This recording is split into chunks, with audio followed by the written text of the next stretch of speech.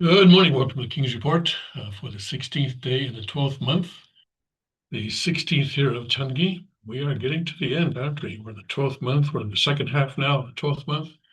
We're almost there. Yes, we're almost there. About to put this year into the books. Tim Elder sitting in for the second king of Changi, Kyungji Moon. Let's go right to our soldier around the kingdom and see what's going on right now. We have 16 degrees in Chungkyung, Tennessee.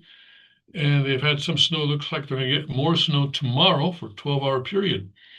Doesn't say here how much, but yeah, I'm sure they'll figure it out. Right now, 16, getting up to 41 today. Mostly cloudy and chilly, a little rain in the afternoon, and periods of rain tonight with a low of 35. And in Father's hometown, Cheongju in North Pyongan province, I think they're having what must seem as a little bit of a break from the desperately cold, deathly cold. It's actually 26 right now, still below freezing, but a lot better than it has been.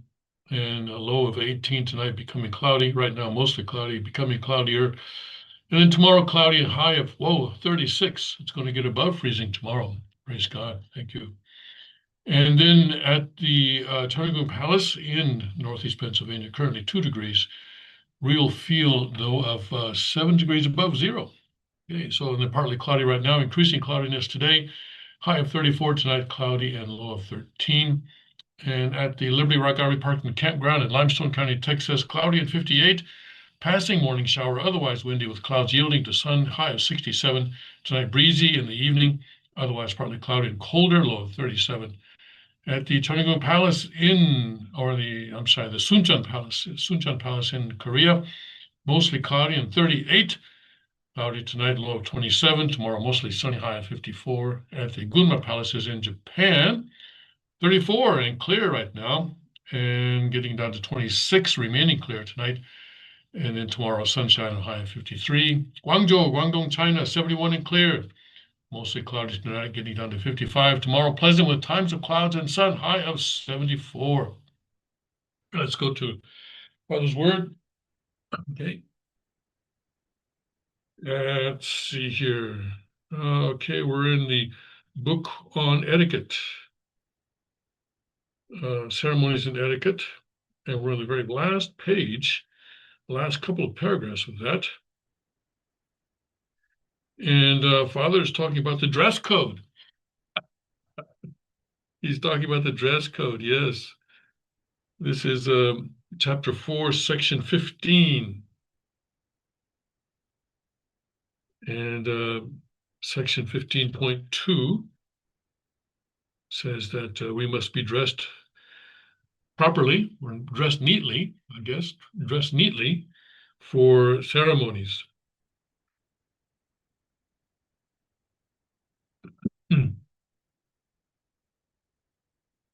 He says that I'm going to the highest position, the throne in heaven, but you cannot go to where I am going. Or, okay, 축복이라는 귀한 것을 받았기 때문에 문은 열려 있지만 가려야 갈 수 있는 예복을 못 입었습니다. So, because you have received something very precious called the blessing, the gate or the door is open. The door or mun, can be door, gate. Let's translate it as door here. The door is open, but you cannot go because you are not dressed in the ceremonial garb. You're not dressed properly. You're not dressed in the ceremonial garb. 잔치집에 가는데 예복 입고 가야 할 것이 아니에요. So if you're going to a home that is holding a feast, shouldn't you be wearing the proper clothing? Shouldn't you be wearing 신랑의 들러리로 가는데 천농부 바지 입고 가서 돼요? If you're going to be part of the groom's party in a wedding, if you're going to be part of the groom's party, can you go there dressed like a farmer, dressed in the pants of a poor farmer? 거기에 맞는 단장을 하고 그 자리에 가서야 환영을 받기에 부족함이 없지. 그것에 반대되면 주방탕하는 겁니다. So You must be dressed appropriately for the occasion. It's only then that you will be welcomed. And if you are in violation of that of the dress code, then you'll be thrown out. You'll be excluded. 이놈의 자식아 저리 비켜 하는 것입니다. Hey, you rascal, get out, they will say. 여기에는 누구나 올 수 있는 것이 아닙니다. Not everyone can come here. 또 그냥 올 수 없습니다. Also, you cannot just come any way you want. 반드시 예복을 갖추고 와야 합니다. You must be wearing the proper clothing. This is January 6th in 1991. FYI. Okay, that's all I have to say about that. For your information. Okay. That's all I'm going to say about that. Okay. Okay. All right. Okay. All right, let's go. Let's go. Let's see what's going on. Well, so Xi Jinping is busy. He is busy. And of course, he had last month, who did he have last month? He had Carney of Canada. He had, I think Macron was there not too long ago, wasn't he? Also, who else was there? Of course, Lee Jae-myung was there, South Korea. Who else was there? Oh, yeah, of course, Starmer was there.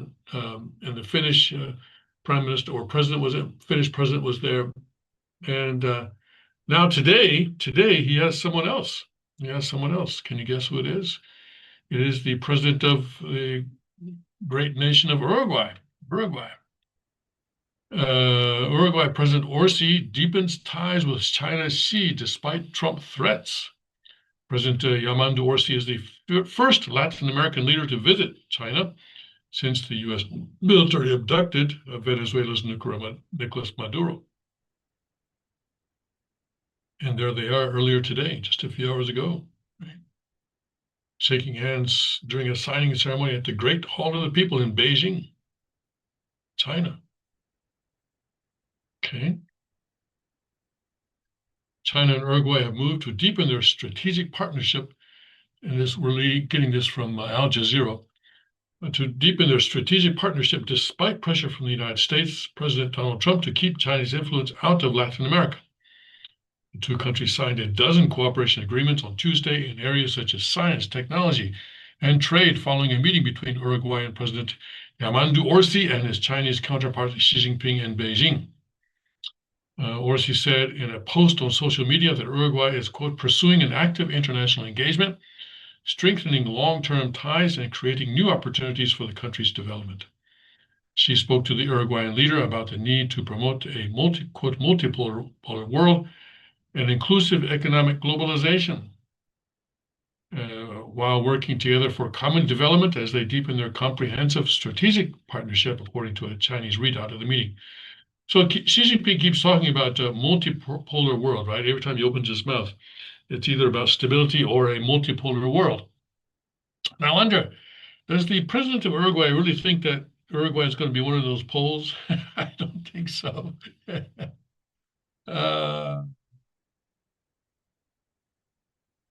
People, I'm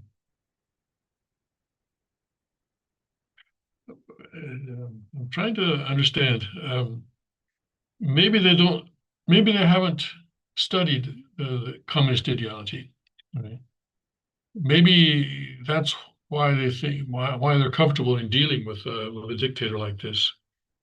Of course, China's guiding ideology right now is, what is it? Socialism for a new era with Chinese characteristics and Xi Jinping thought. I think that's the official title of, but basically it's Marxism with some flurries, bells and whistles and stuff. And in Marxism, they're not talking about a multipolar world. They're talking about it. They're talking about everybody in the world coming under communism. And I'm sure this is what Xi Jinping believes as well, right? So he will talk about multipolar world, sure, as a transition point to the final goal of the dictatorship of the proletariat. And proletariat is just another name for Xi Jinping.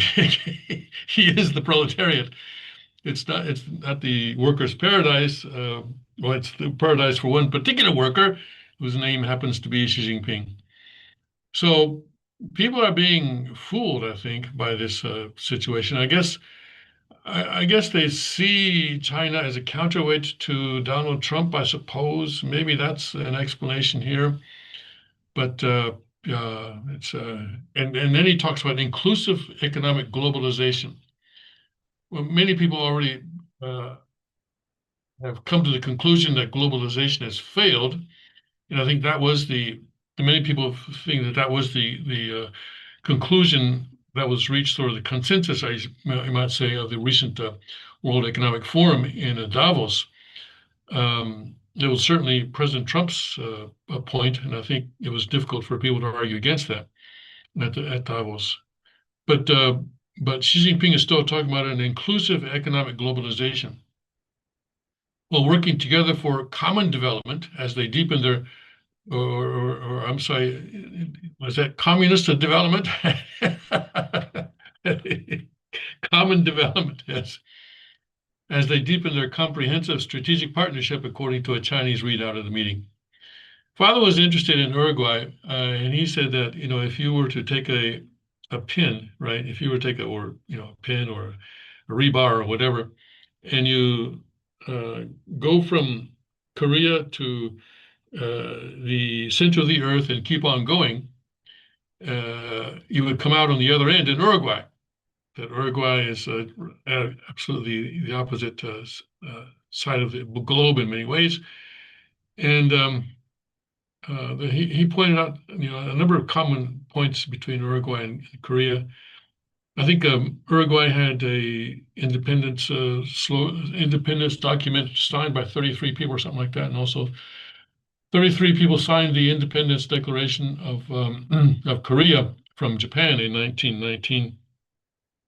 But anyway, he had a number of things like that.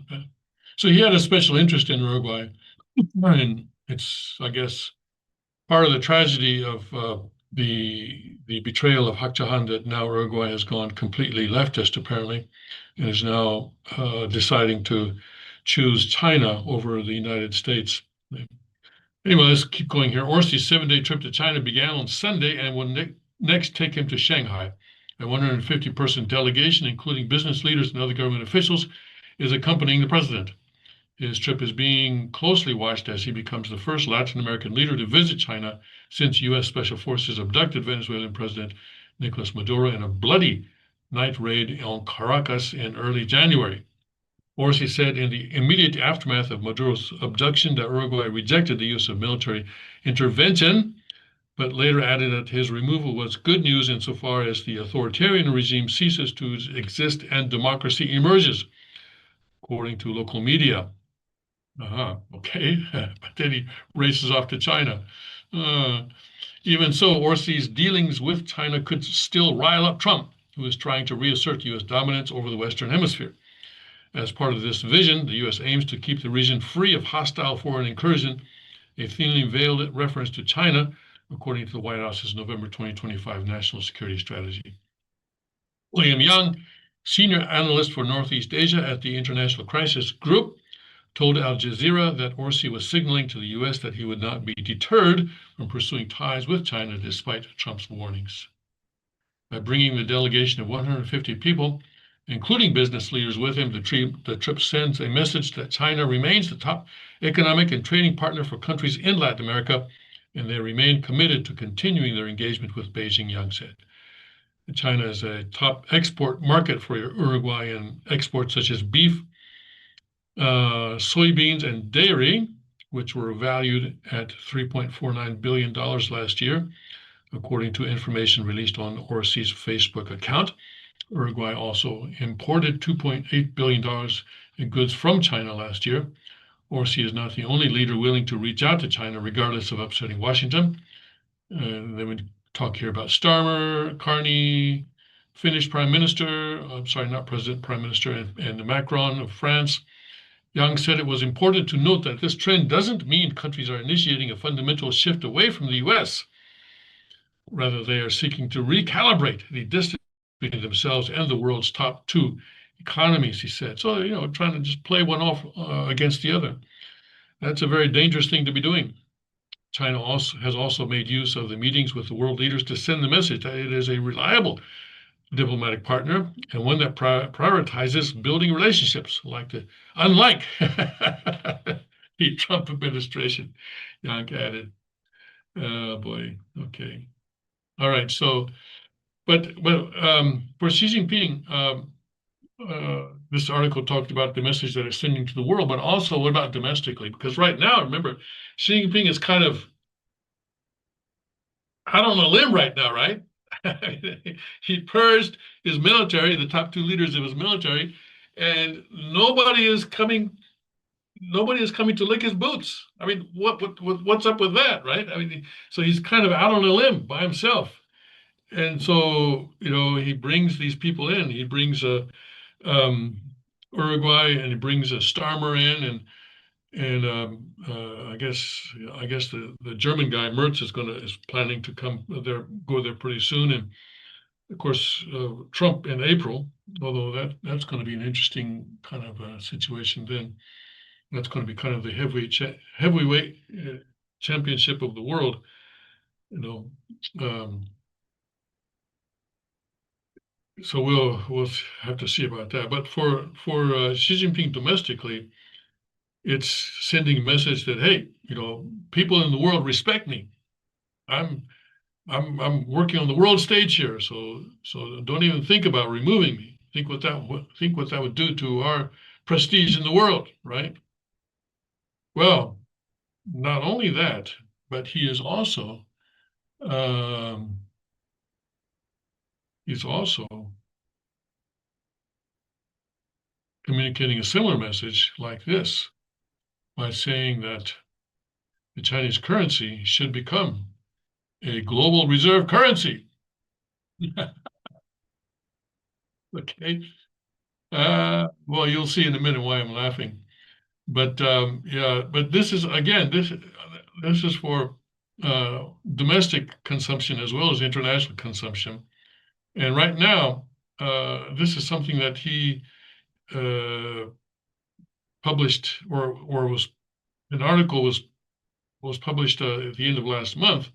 But the article actually originally, the speech was actually originally made in 2024, although this particular article from the Chosun Ilbo in Korea doesn't mention it. But they dug out an old speech that he made back in 2024 and published it at the end of January. In other words, last Saturday. Yeah, they published it last Saturday. So again, he's saying, "Hey, I'm ahead of the curve here. So don't think of removing me because I'm taking China into the future." So let's see what's going on with this one. Okay. Okay. Xi Jinping advocates strong yuan as global reserve currency. Yuan's global trade growth faces capital market and exchange control challenges in reserve currency bid.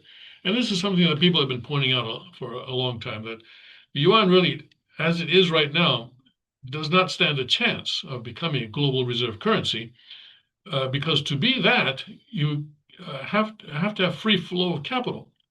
One reason that people are attracted to the dollar is that there's relatively, right? So, I mean, there's of course, OFAC, the Office of Foreign Asset Control, always checking to see what's going on. But compared to other, certainly, countries, the United States is by far and away the freest in terms of capital inflows and outflows.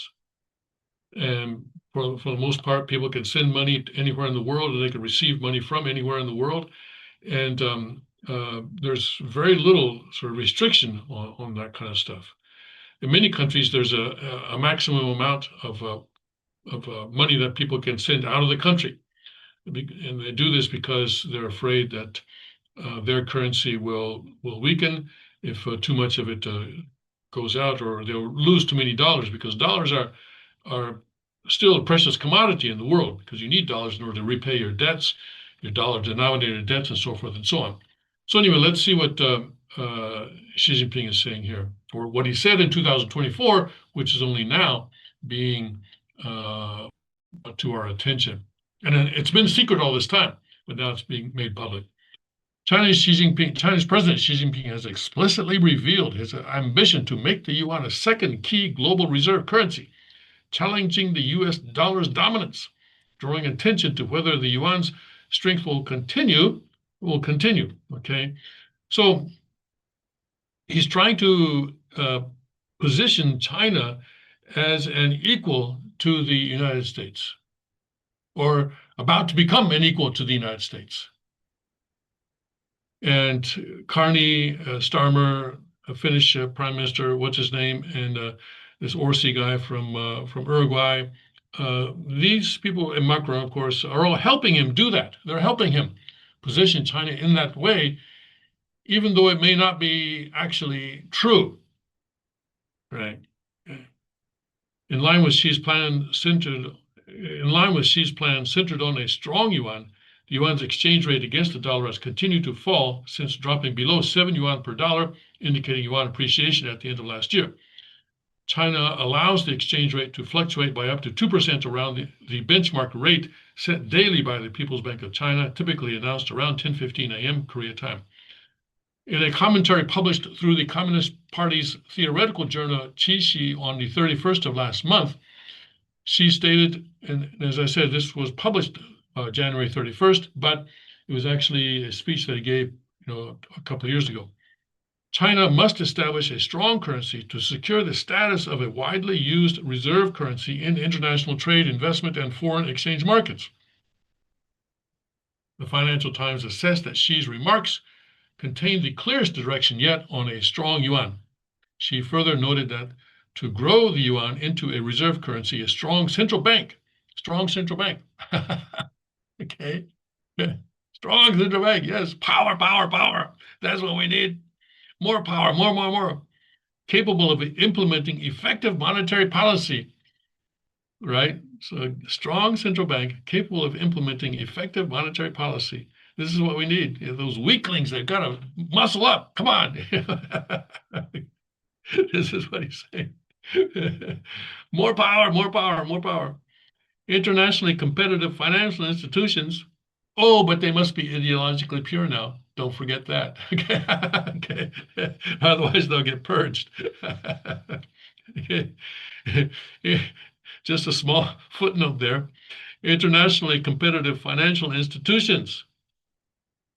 So he wants, sort of the J.P. Morgan, and he wants BlackRock and those kinds of things in China, and an international financial center that can attract global capital and influence financial markets are necessary. Well, he had an international financial center that can attract global capital. It was called Hong Kong, but well, he's trying to make Shanghai into an international financial center. That's true, but well, it's not Hong Kong, I don't think, because also with Hong Kong, right? Hong Kong was economically, it had a lot of freedom, even though it was a British colony. Up until 1997, there was a great deal of freedom there economically. And it was a great place for businesses, because money could go in, go out, and no one would really bother you. But now, of course, with Chinese control of Hong Kong, the situation is different. The commentary is part of a speech Xi delivered to senior party officials in 2024, but was only recently made public. So it's been secret until now, and it's been made public now. Xi's strong yuan strategy, coupled with U.S. Donald Trump's tolerance for a weak dollar, is likely to further boost the yuan's value. So, President Trump keeps talking about the dollar as being strong, but his actions over the past year have clearly resulted in the dollar losing value against other currencies, and you got to figure that this has got to be purposeful. This is a graph of the dollar, of the DXY, or the dollar index over the past year, and as you can see, I think we pointed this out before, that I guess, okay, well, this is more than a year.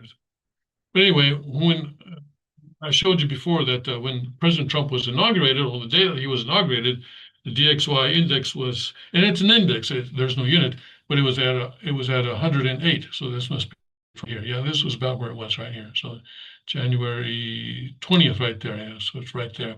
107 or 107, 108 when he was inaugurated, on the day that he was inaugurated. And it's been going down ever since. Well, it's been stable, I guess, recently since the last 6 months, I suppose. But it went down, down, down, down, down, down. And so he talks about a strong dollar, but it's not. And I think there's reason for that because uh, if the dollar is weakened, what does that mean? It means that import prices go up.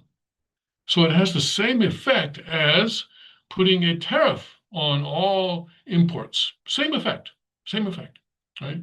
And here, since its inauguration, the dollar has gone down from 108 to 97. So, roughly 10%, let's say, in the ballpark of 10%. Same thing as putting a 10% tariff on all imported goods. And that will be consistent with what President Trump has been doing, right? So that's why I say that this has to be purposeful, and I don't think it's accidental that. And he keeps talking about a strong dollar, but I'm not convinced that he actually means it. And how can you be convinced that he actually means it? Whereas the Chinese yuan, this as long as we're here, let's take a look at it. This is a 5-year graph of the Chinese yuan, and and when this number goes up, it means that the dollar is getting stronger and the yuan is getting weaker. And when it comes down, as it has been over the past year, it means the dollar is getting weaker and the yuan is getting stronger.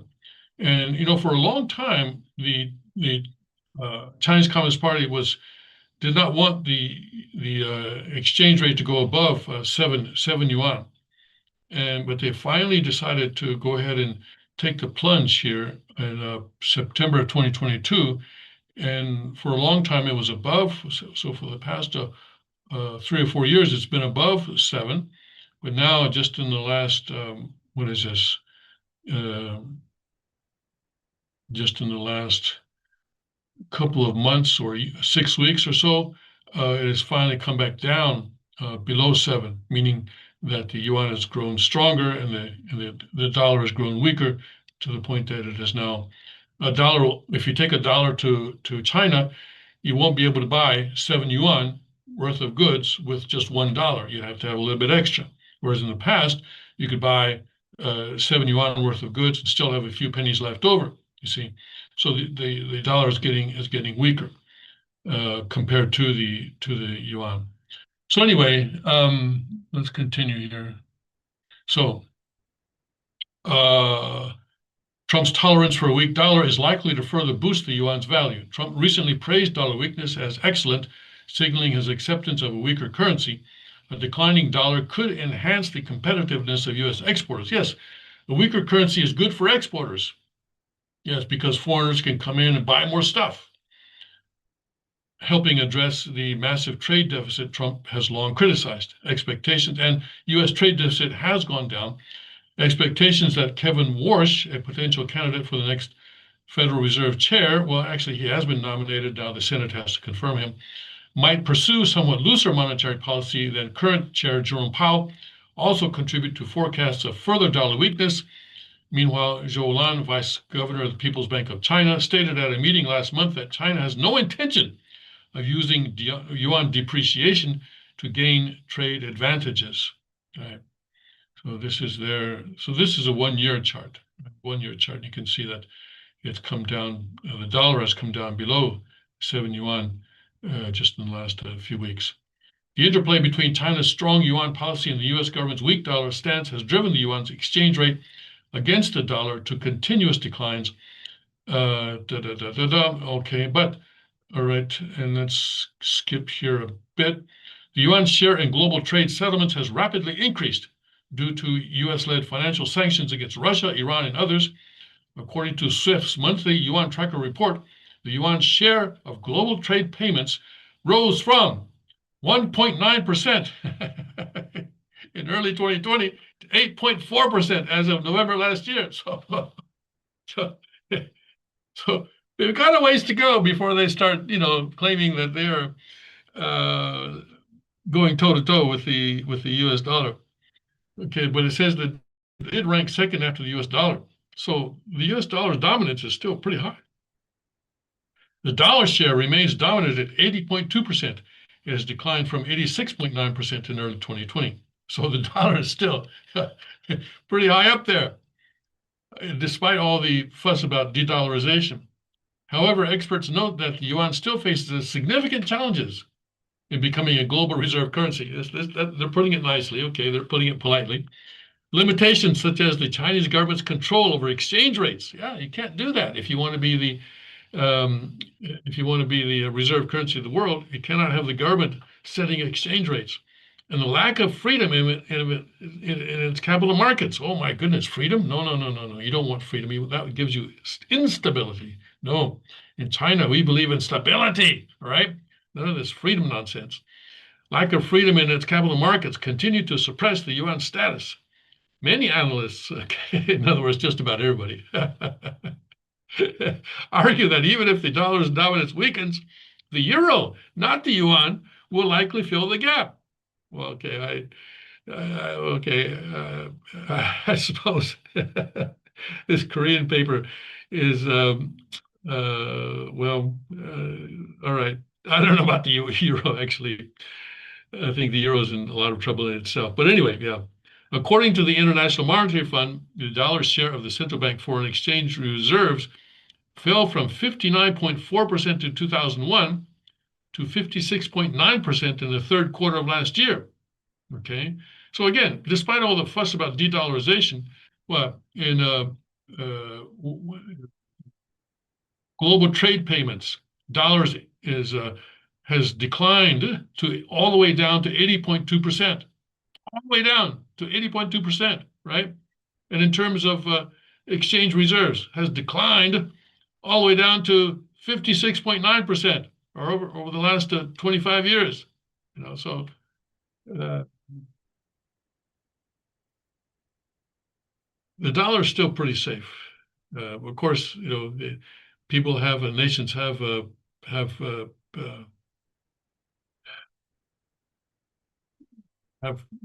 they are stacking gold and silver and yen and the Japanese yen and also a little bit of yuan. The yuan share actually declined, all right, from 2.9 to 1.9 over the past 25 years. So yeah, they can talk about all sorts of slogans, but I think Chosun Ilbo, or the Daily Chosun, has given a good explanation of how they're still far, far, far, far, far from bringing down the U.S. dollar. Okay. So all the talk about, the BRICS, oh yeah, we're creating our own global payment system, and oh yeah, most of the trade with Russia now is being conducted in local currencies, and all right, go ahead, have your fun. But of course, it's understandable that people want to get away from the dollar because of what the U.S. has done in terms of freezing Russia's assets, and also countries realizing that they need to diversify because the U.S. could freeze their assets if they do something that's not to the liking of President Trump or to the U.S. Treasury Department. And maybe the Uruguay president also is saying, "Hey, we need to diversify away from the dollar." I'd like to see the breakdown of Uruguay's foreign reserves right now. That would be interesting to see. I wonder if they've stacked some gold just in case, right? And this is why central banks are buying up a lot of gold, by the way, over the last few years. Yeah. So we'll see. Well, of course, all fiat currencies go to zero, and the dollar will also go to zero. I'm not pretending that the dollar is going to continue forever and ever and ever.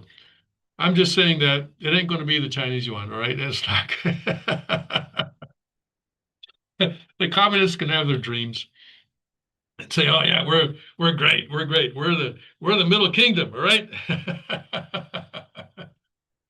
We're the Middle Kingdom, yes, and we're going to return to our former greatness, the way we were back during the Han Dynasty, the greatest empire in the world." Yeah, right. Okay, maybe China will. Not under the communists. Not under the communists. Chinese people are certainly great. That is true. But right now they are under the yoke of communism. And once they are liberated, I'm sure that they will do fantastic, fantastic things. And you can see that in Taiwan, right? As I pointed out, what was it yesterday, right? Taiwan now has um, a per capita GDP that is greater than South Korea, greater than Japan. Boom. Taiwan. Taiwan. Yes. Yes. The Chinese people are great. That is certainly true. And once they are released from the yoke of communism, they are going to shoot up in the world. I'm quite certain. Yes. Anyway, but Xi Jinping, if he wants Chinese currency to become the leading currency in the world, the best thing he could do would be to end the Communist Party. Yes, that would be the best thing that he could do. But maybe he's not thinking about that. Yeah. Because right now, I think he's, listening for helicopters outside of his window, except those will not be the U.S. Delta Force. They'll be the Chinese special forces likely coming to meet him, coming to pick him up in the middle of the night if they are. I doubt that the U.S. Delta Force will be going in, but Chinese Delta Force, if there is such a thing, I'm sure there must be. Yeah, I think they're the ones that will be there. All right, let's see here. What else is going on here? Yeah, I wanted to make sure we covered everything happening with China because we have to keep our eyes on the ball, right? In Chinese Communist Party, the downfall of the Chinese Communist Party is the ball. Oh, here we go. Here's another one. Oh, this is, however, a video, right? Yeah, this is a video. Okay. And China's struggling economy. What happened to the dream? Once seen as an unstoppable force, China's economy now faces rising debt, demographic shifts, and a slowing pace of growth. Okay, yes, it looks like a nice video for you to watch. But if I were to play it for you, it would get me dinged, and I don't want to. No, I don't want that to happen. Okay, but yes,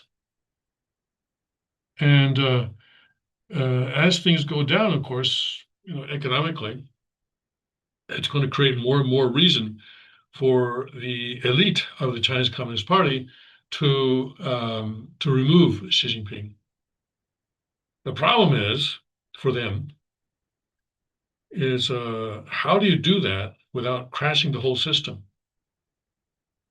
Because remember, the Soviet Communist Party got in trouble that way. They removed, sort of people who were not doing such a good job. They put in Gorbachev, and he did a great job of bringing down the Communist Party.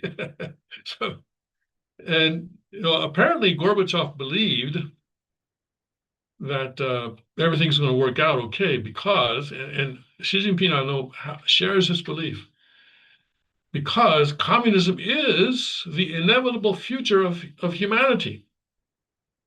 It's inevitable. And they believe this because they have studied the historical dialectic, right? And under the historical dialectic that started with Marx and has continued until this day, and all communists have believed this. You have stages, right? You start out with the primitive communism, and you go to where it's kind of the Garden of Eden. And it's very interesting that Marx came from a family that was Jewish, but then converted to Christianity in order to avoid the persecution of Jews in Germany. And he went to England and he wrote his stuff there in England, thinking that England was going to be the first communist country, that was where England was where there was going to be the first communist revolution.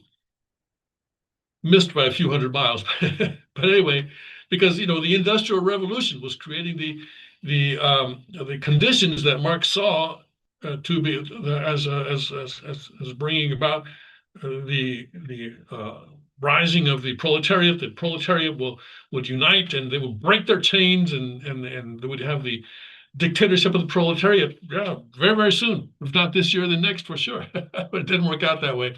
Why? Well, anyway, let's not go into that. But anyway, the historical dialectic.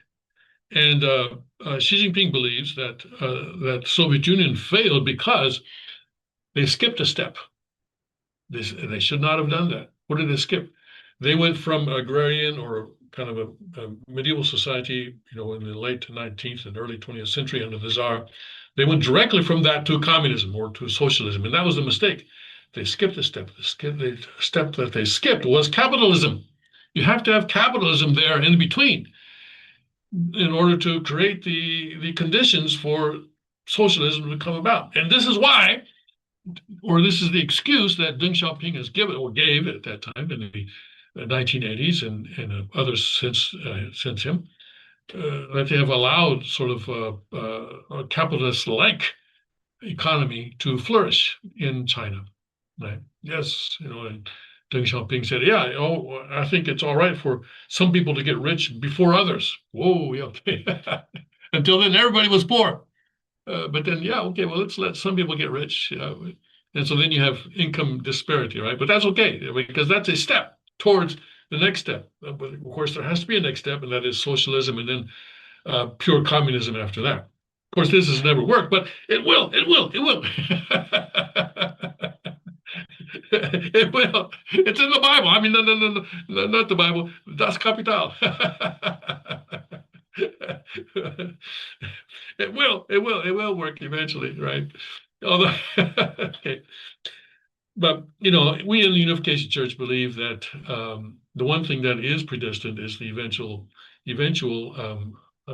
accomplishment of God's will and becoming of the coming of God's kingdom on earth. Right? We believe that. And in a very similar way, uh, Xi Jinping believes in the eventual accomplishment of the dictatorship of the proletariat and the coming of pure communism. So, which is right? Well, it depends. Comes down to one question: does God exist? Okay. It really comes down to that one question: does God exist? If it does, then Xi Jinping is in deep trouble. If God doesn't exist, then we're in deep trouble. I laugh because I met God. Yeah, he exists. I met him. Yes, and he exists. Praise God. So I'm not worried. But Xi Jinping should be worried. Yeah. He hasn't met God, I know. So he will say, "Well, I've never met God. I never saw him. I never talked to him. So therefore, he doesn't exist." Well, okay. Good luck with that. Good luck with that. Good luck with that. Yes. So yeah, so Xi Jinping is saying that okay, since the arrival of communism is inevitable, the pure communism is inevitable. We need to create the institutions that are going to actually facilitate that, such as a strong central bank that can implement effective monetary policy. Yes, we need that. And also, you guys need to not purge me because if you do, then everything's going to fall apart. Yeah. So, but for the Chinese, the elite of the Chinese Communist Party, the former leaders, like Hu Jintao and others, Kang Zemin, I guess, and others, um, the dilemma right now is you got a guy who's becoming a dictator, and they don't like that. Their system is supposed to be kind of collegial, sort of, not exactly a full blown dictatorship like Stalin or like Kim Il Sung. They don't want that. They've shown that, but here he is, sort of purging anybody who disagrees with him. what are we going to do about this? We're going to sit by and stand by and allow ourselves to be purged along with the others? Or are we going to find some people who are brave enough to go in there and put this guy out of his misery? Um, and then who are you going to replace him with? That's the problem. Because I think Xi Jinping himself, when he came to power, was a kind of a compromise candidate. And so is there another compromise candidate that could be placed there? Maybe that's difficult. Maybe they don't really have a person who can replace Xi Jinping right now. And maybe this is because Xi Jinping has eliminated anyone who might be such a candidate. If you're a dictator, then that's one of the things you always want to be careful of. You don't want to wind up training your successor. That's one thing you do not want to do. So anyone starts to come up and show some promise, boom, get rid of him. Okay?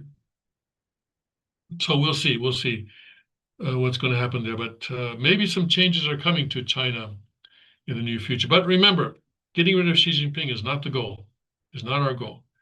Our goal is the liberation of China from the Chinese Communist Party, and we will see what happens. Okay. All right. Let's see if we have a couple minutes or more than a couple. What is going on here?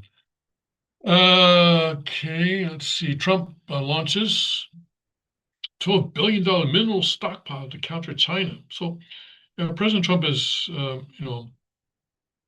doing his best to counter China. I'm not too happy about the fact that he invited China to be on the Board of Peace, which I see as kind of a replacement of the UN. Replacement, yeah, I guess that's the right word, because the UN obviously, um, over the last few decades has shown itself to be inept and actually corrupt. We have peacekeeping forces going around raping young children and stuff like that. This happened in Africa, right? I forgot which country, but it happened there. It was pretty big scandal and a lot of waste and fraud going on there. So obviously the UN needs to be replaced, but not with China being a part of that, though. All right, so let's see what's going on here. President Trump is set to launch a strategic. Let me get this up for you. Strategic critical mineral stockpile with $12 billion in seed money. Well, that's a lot of seed. Bloomberg News reported Monday, citing people familiar with the matter. The move would mark Washington's latest attempt to offset what policymakers view as Chinese manipulation of prices for lithium, nickel, rare earths, and other critical minerals, vital for items from electric vehicles to high-tech weaponry that has stymied American mining companies for years. Bloomberg said the venture Project Vault will combine $1.67 billion in private funding with a $10 billion loan from the U.S. Export-Import Bank to acquire and stockpile the minerals for automakers, technology companies, and other manufacturers. Reuters could not immediately verify the report. The White House did not immediately respond to a request for comment. The project has attracted participation. Whoops, what's going on here?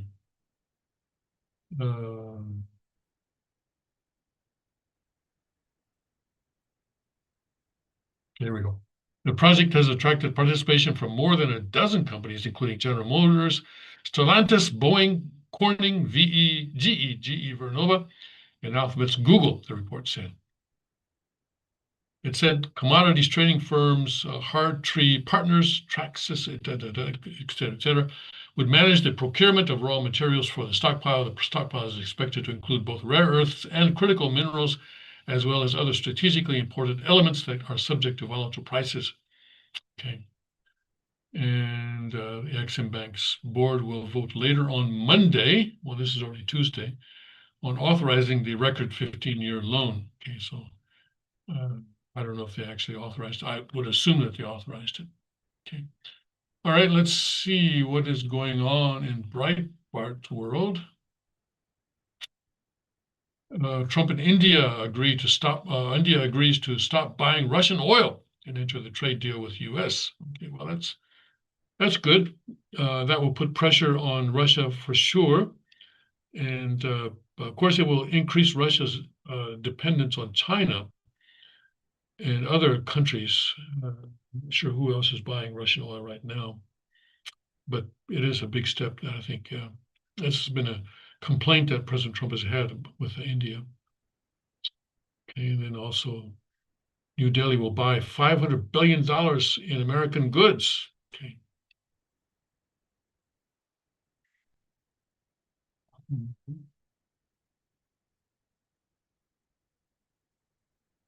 And then here,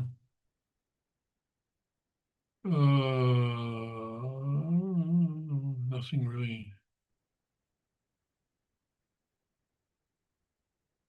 This I don't get.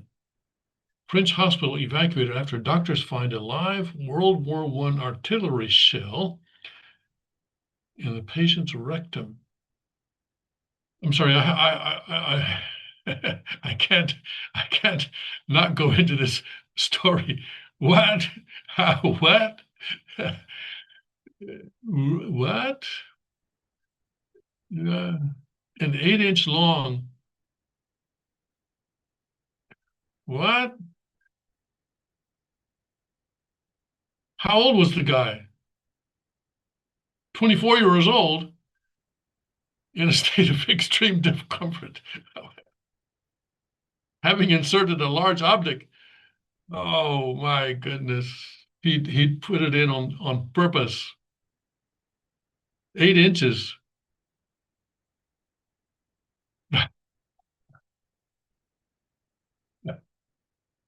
24-year-old young man who was a French national. Okay. All right. Uh, was he drunk at the time? Or, I don't know. Or maybe he lost a bet. Maybe he lost a bet. There's a whole lot more to that story that maybe we don't want to get. Maybe we're better off not knowing about. Anyway, okay. Oh, Breitbart. Yes. You,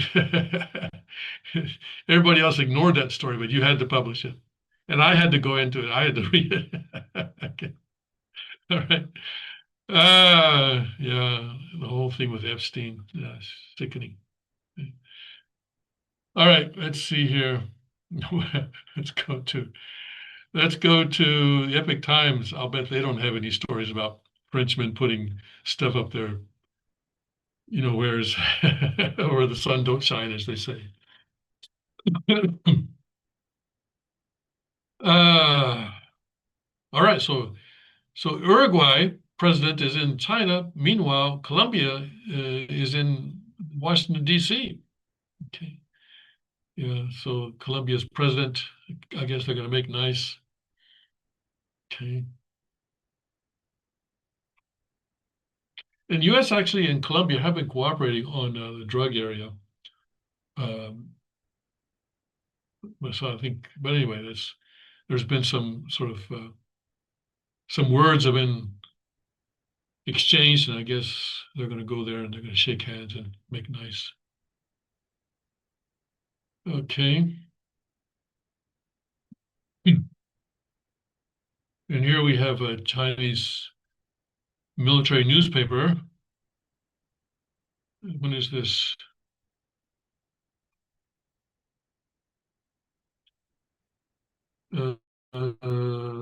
January 31. Okay. PLA Daily described the investigation uh, as a major victory. Investigation of the two generals in the Chinese Communist Party's anti-corruption campaign. All right, well, I don't know. It's awfully late. It's awfully late. And still, not a lot. Chinese leaders' military purge disrupts CCP's Taiwan invasion plans, according to analysts. Well, I've also seen argument that may not be the case. And they point to other cases where dictators have purged their military and then carried out an invasion or some sort of active military campaign very quickly after that, maybe a year or so after that. So, um, so that's the argument against this. And they went to Stalin uh, invading Poland and also Finland very quickly after purging its military. But then, of course, especially the Finland War did not go very well at all. Actually, the Soviet Union lost. And the argument also looks at Pol Pot, Cambodia, purged his military and then started a war with Vietnam, which also did not go very well. So they do that, but those wars don't necessarily go very well because they've purged the people who actually know how to run a war. So uh, I think it's possible that there will be at least an attempt to invade Taiwan next year. I think we can plan on that, actually. We can plan on there being an attempt to invade Taiwan next year. Um, and we can sort of put that in our calendar, actually, in my opinion. Okay. I'm not an analyst, but I'm just sort of, watching how things go. Um, you can put it on your bingo card if you're that kind of person. It's a Chinese attempt to invasion of Taiwan in 2027. Xi Jinping has said that the military must be ready by then. And I think it's because he intends to invade Taiwan in 2027. He's not going to get a report and say, okay, we're ready. What shall we do now? And he's not going to say, okay, well, let's wait 5 years. No, he's not going to say that. He says, okay, if you're ready, then let's go. Right? What are we waiting for? So I think we'll see. Yeah, we'll see what happens.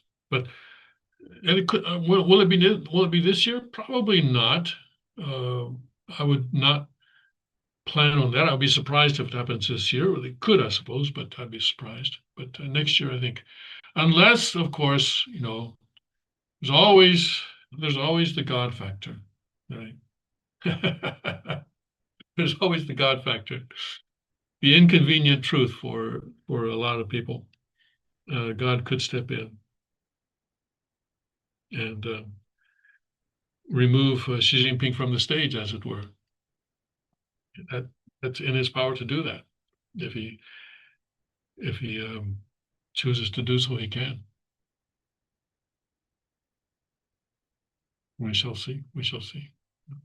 Like this, major leftist leader in Japan or in Korea that went to Vietnam for some sort of meeting and wasn't feeling very well, and so they took him to the hospital, and he died.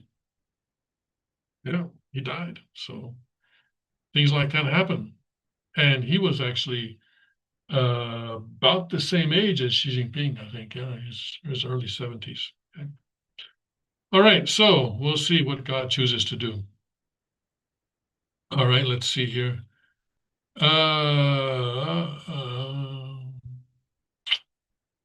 NASA moon mission pushed to March. Because China now is planning on doing something on the moon, I guess building a base or something, and NASA doesn't want to get left behind. And so all of a sudden now they're interested in going back to the moon.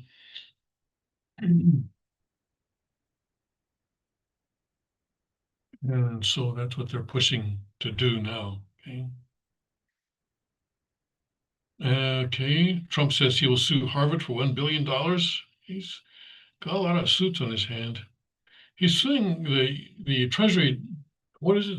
He's suing the J.P. Morgan, but also the Treasury Department, I think, right, for being debanked. And I'm not sure how it works that the President of the United States sues his own Treasury Department. Doesn't make sense to me. But anyway.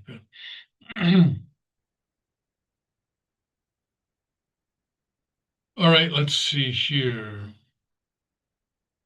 Oh, yeah, here's one that I don't like.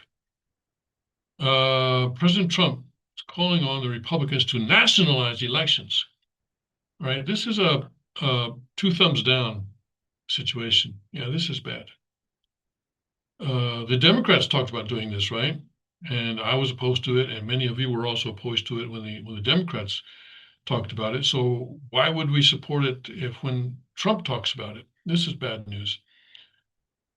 Trump called on Republicans to nationalize the voting in an interview that aired Monday as his administration pushes to overhaul election ground rules ahead of the pivotal midterm races later this year. Okay, we're out of time, but the Republicans should say we want to take over. We should take over the voting in at least 15 places. The Republicans ought to nationalize the voting. Trump told Dan Bongino, the former deputy director of the FBI, in a podcast appearance. Yeah, I'm against it. I'm against it. Definitely against it. That's not a good idea. All right. Yeah, I know. The whole idea in America is that voting is local. Yeah, right now, it's controlled basically by states, but also by counties, and it should stay that way, decentralized. All right, gotta go. I'll see you tomorrow. Tomorrow's Wednesday. We'll have an OSTP session. God bless, Godspeed. May His kingdom come quickly.